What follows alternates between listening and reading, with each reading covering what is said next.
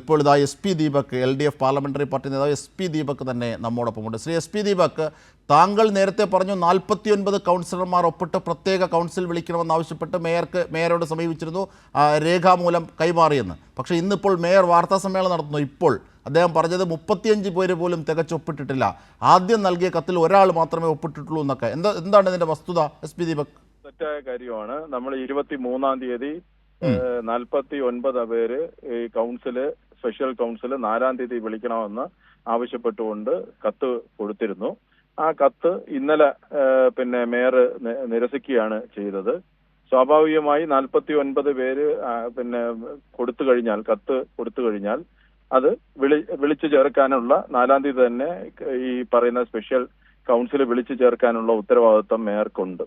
Mayor അതൊന്നും ചെയ്യുന്നില്ല. ജനാധിപത്യ വിരുദ്ധമായിട്ട് ഞാൻ ഇതേ ചെയ്യൂ എന്ന് പറയുന്നത് ആണ് കണ്ടത്. ഇന്ന് തന്നെ ആലോചിച്ച് നോക്കൂ, ഞങ്ങൾ അവിടെ ചെല്ലുമ്പോഴത്തേക്ക് 200 അജണ്ട കൊണ്ട് തരികയാണ്. ഏകദേശം 700 അജണ്ടയാണ് ഇന്നത്തെ മീറ്റിങ്ങിനകത്തുണ്ടായിരുന്നത്. 2 മണിക്കൂർ സമയം. ഒരു അജണ്ട 1 മിനിറ്റ് വെച്ച് ചർച്ച ചെയ്താൽ 12 മണിക്കൂർ വേണം ഈ പറയുന്ന അജണ്ട പാസ്സാവാനായിട്ട്. എങ്ങനെയാണ് ഈ ജനാധിപത്യ വ്യവസ്ഥയ്ക്കകത്ത് ഇത്രയും അജണ്ടകൾ കൊണ്ടുവന്ന അന്നേ ദിവസം തന്ന് ഈ പറയുന്നത് പോലെ തന്നെ 5 മിനിറ്റ് കൊണ്ട് ഞങ്ങൾ അവിടെ പ്രതിഷേധം നടത്തി. മേയർ 5 മിനിറ്റ് കൊണ്ട് ഈ പറയുന്നത് എല്ലാം പാസ്സാക്കി എന്ന് പറഞ്ഞിട്ട് ചട്ടവിരുദ്ധമായിട്ട് മേയർ അങ്ങ് എണീറ്റി പോവുകയാണ് ചെയ്യുന്നത്. മേയർ എണീറ്റി പോയി 5 മിനിറ്റ് കഴിയുന്നതിന് മുമ്പ് തന്നെ അവിടെ പ്രതിഷേധിച്ച ഞങ്ങള് പുറത്തേക്ക് പോകുന്ന സന്ദർഭത്തിനകത്ത് ഞാൻ അവിടെ ഒരു മാധ്യമങ്ങൾക്കൊരു ബൈറ്റ് കൊടുത്തുകൊണ്ടിരിക്കുമ്പോഴാണ് ഞാൻ നോക്കുമ്പോൾ അതെ, അത് ഈ പറയുന്ന കണക്ക് തന്നെ ഉദയന്റെ നേതൃത്വത്തിലുള്ള RSS ഗുണ്ടകളായിട്ടുള്ള ഈ പറയുന്ന ഗിരി തുടങ്ങിയിട്ടുള്ള ഗുണ്ടകളാണ്. ആ ഗുണ്ടകള് നേരെ വന്ന് ഈ പറയുന്ന പോലെ തന്നെ അവിടുത്തെ UDFന്റെ കോൺഗ്രസ് നേതാക്കന്മാർക്ക് നേരെ അടിക്കുന്നു, അവിടുത്തെ സ്ത്രീകൾക്ക് നേരെ അടിക്കുകയാണ്. ഇന്ന് 3 സ്ത്രീകൾ ആശുപത്രിയിൽ നിന്നാണ് നമ്മുടെ ഈ പറയുന്ന സിന്ധു ശശി ഉൾപ്പെടെയുള്ള 3 പേര് വളരെ സീരിയസ് ആയിട്ട് അവിടെ കിടന്ന് പെർമിഷൻ എടുത്തിട്ടാണ് ഇന്നിപ്പോ ആംബുലൻസിനകത്ത് അവിടെ ആ സഭയ്ക്കകത്ത് പങ്കെടുക്കുന്നത്.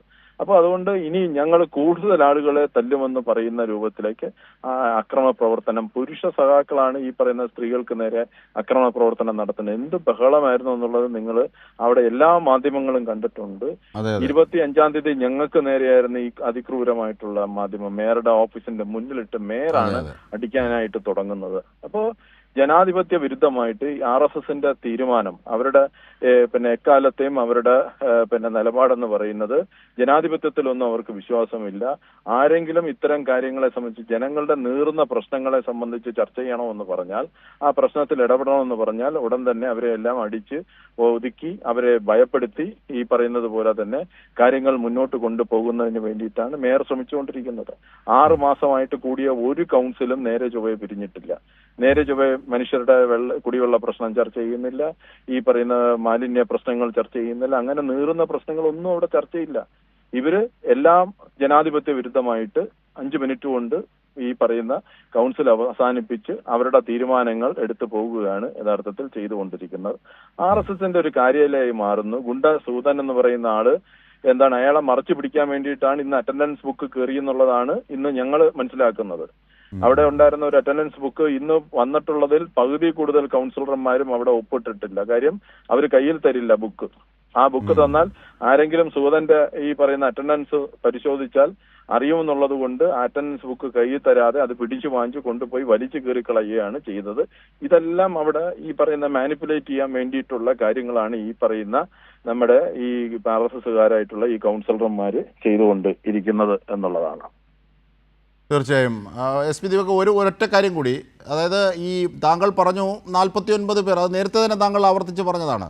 പക്ഷേ ഈ 35 പേരെങ്കിലും ഒപ്പിട്ട് തന്നാൽ കൗൺസിൽ വിളിക്കാം എന്നാണ് ഇപ്പോൾ VV രാജേഷ് ഇപ്പോൾ പറഞ്ഞത് വാർത്താ സമ്മേളനത്തിൽ. ഇപ്പോൾ പറയേണ്ട കാര്യമില്ല. ഞങ്ങൾ തന്നു, ഡിനൈ ചെയ്തു. ഞങ്ങൾ തീർച്ചയായിട്ടും കോടതിയിൽ നിന്ന് ആ കാര്യങ്ങളെ സംബന്ധിച്ചുള്ള നിയമപരമായിട്ടുള്ള കാര്യങ്ങൾ നടപ്പിലാക്കാനും ആ വകുപ്പിൽ തന്നെ പറയുന്നുണ്ട്. ആ വകുപ്പിന്റെ 2-ാം വകുപ്പിൽ ചേർത്ത് പറയുന്നുണ്ട്, ഇവര് കൗൺസിൽ കൂടിയില്ലെങ്കിൽ 49 പേരും കൂടെ നോട്ടീസ്, മറ്റുള്ളവർക്ക് നോട്ടീസ് കൊടുത്തതിന് ശേഷം ആ കൗൺസിൽ യോഗം കൂടാനായിട്ടുള്ള നിയമം മുനിസിപ്പാലിറ്റി ആക്ടിനകത്ത് പറയുന്നുണ്ട്. ഞങ്ങൾ തീർച്ചയായിട്ടും അതിനു വേണ്ടിയിട്ടുള്ള നടപടികളുമായിട്ട് ഞങ്ങൾ മുന്നോട്ട് പോകും.